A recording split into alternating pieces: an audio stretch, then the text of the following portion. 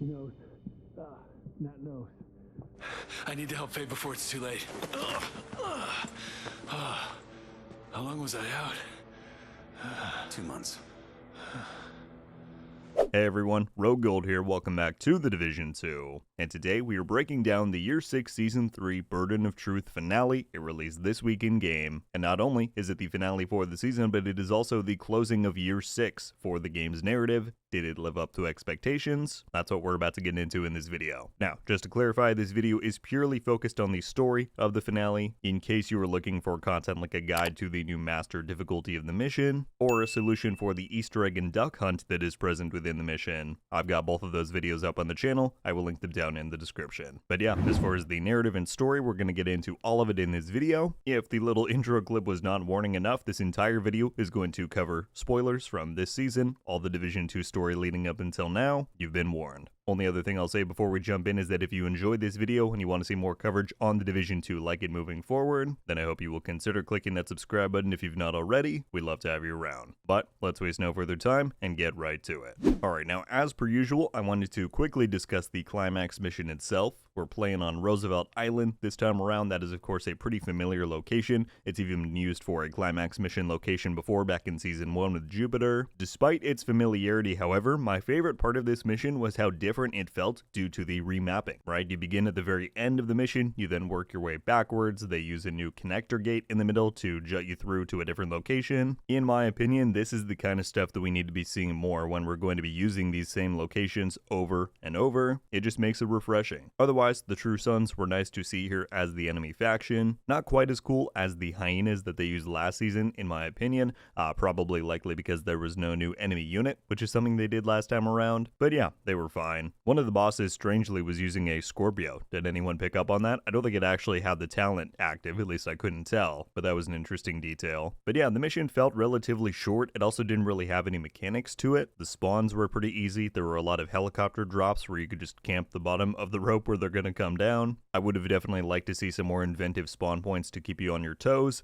Maybe a bit more puzzles, like in the connector section where there's the 4 yellow wires. Maybe you have to do it in a specific sequence and not just hit the one button out of the 4. Again, there was nothing egregiously wrong or bad with it. It was pretty tight and action-packed. I would just say that this climax mission was not quite as memorable as past seasons ones, specifically last season. But let's get to talking about the story itself, right? There is a lot to chew on here. So, Kelso's clues that we've been chasing through the various scouts lead us to Roosevelt Island.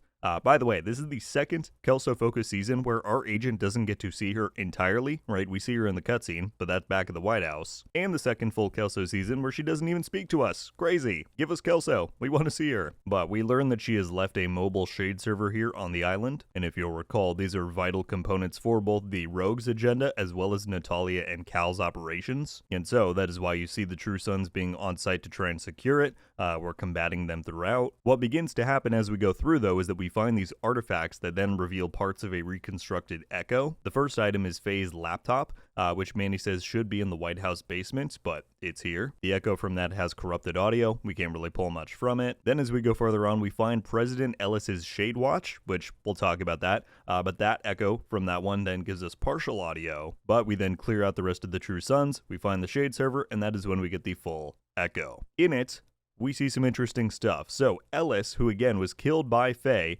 back in Season 4, End of Watch, apparently, according to this Echo, he told her to kill him. And that was not our impression before. We thought that Faye really had to work her way into the Black Tusk organization and really set up this meeting between her and the president. But as we see right here, they meet up. He clones his Shade Watch profile onto Faye's watch, and he says, we need to keep this away from Natalia. And therefore, Faye takes the data on the watch and kills him right there. So, a couple of things. Firstly, do I think that Ellis was actually a Shade agent? No. I mean, he commands the division, so there's that. My thought here is that maybe the Shade Watch over time became the most technologically sound way to carry security clearances and stuff like that. If you'll remember, we know that Calvin McManus has a watch too. He's not an agent. And so maybe in this case, Ellis's watch is the button, which we know is the key to the nuclear arsenal that presidents have access to. I don't know, maybe people have better theories to explain that part of it. But yeah, he clones his profile, gives it to Faye. And if I'm not mistaken, correct me if I am, I believe that Kelso is now the one who has Faye's watch, right? She takes it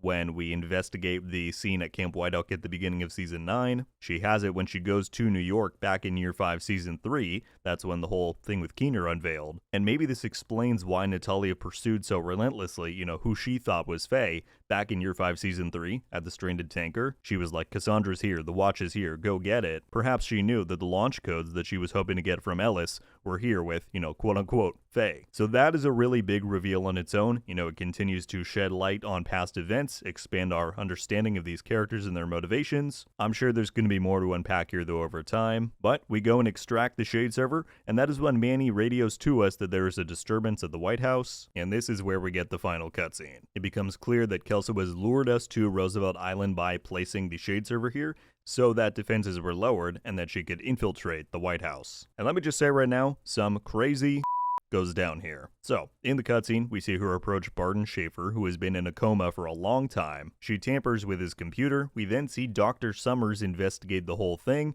which again, he's been around since the beginning of the game. We recruited him as the doctor, and then Kelso kills him. I know many are questioning why this event happened. The leading theory, and it is one that I fully believe at this point, is that Summers was actually Natalia's asset that was teased many seasons ago, and essentially that he was either bribed or threatened to be put on watch over Schaefer after the Black Tusks attempt to reclaim him when they attacked the White House in Season 11. I know that's a big claim. If you're wondering what's the evidence for that, right, he's been with us since the Division 2's launch. Well, among other theories, if you look at the thing that Kelso actually injects Schaefer with once the doctor is dead, there's a name called flumenazole on there, and in doing just a brief Google search, it says that the primary FDA-approved clinical uses for flumenazole include reverse agents for, I'm going to say this wrong, benzodiazepine, overdose, and post-operative sedation from benzodiazepine anesthetics. Essentially, in layman's terms, this thing that Kelso injected him with is meant to counteract anesthesia, right? Basically keeping someone under. Someone was drugging Schaefer. They were intentionally keeping him in his coma. And given that Kelso went and killed the person watching over him, Schaefer is now awake. I think it's safe to believe that Summers was a traitor. And so this was, of course, perhaps the biggest event of the finale. Over 4 years since we first played his climax mission and knocked him into a coma, Schaefer is awake. It is a bit of a gut punch, though, when you hear Manny say in the cinematic that in-game, it's only been 2 months since that all happened. But yeah, after we see him awake, there is not much further development on that.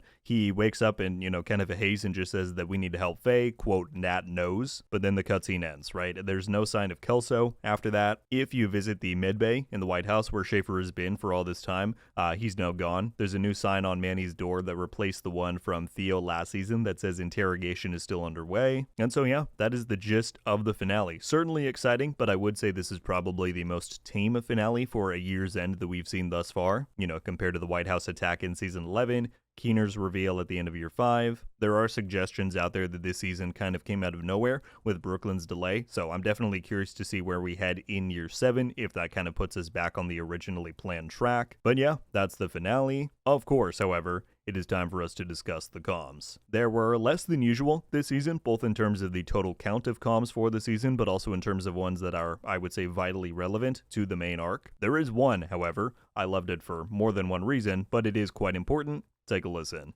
What do you want, Keener? Please, Vanguard. What do you want, Vanguard? Have you considered my proposition? Yes. And have you made a decision? Yes.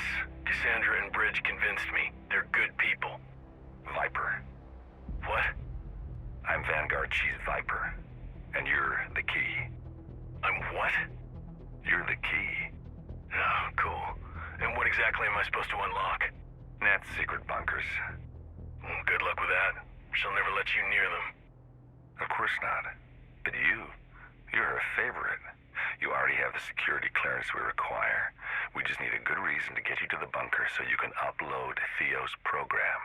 Alright, can I just say, I called it. Now, to be fair, this is not the hardest prediction in the world to have gotten right. I know many of you had said the same thing. The game was teasing it pretty hard. But ever since they first began throwing around the term that Schaefer is the key, I said it was because of his biometric access to these Black Tusk facilities and that he would literally be our key inside. And that is straight up what they confirm here. I guess the leading theory is that Natalia cannot modify biometric access to her facilities at this point, largely because those were set up by Birdie, who is now in our custody. But yeah, at some point in the future, we may become Vault Raiders in the Division 2. I don't know when, how, or where. The Brooklyn story, as we've seen, seems to be focusing on the cleaner invasion more so than anything, and up until now we've never gotten any truly new locations for a climax mission, so we'll see how they handle this moving forward. I'm really curious to see what Schaefer's role is now that he's awake, but yeah, that is Burden of Truth.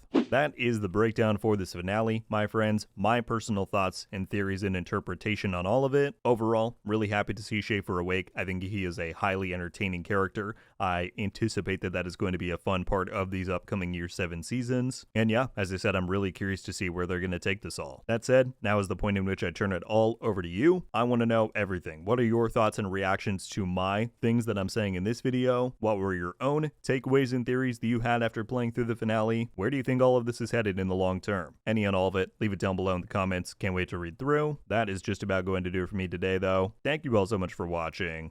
I'll see you in the next one. RogueGold. Ow.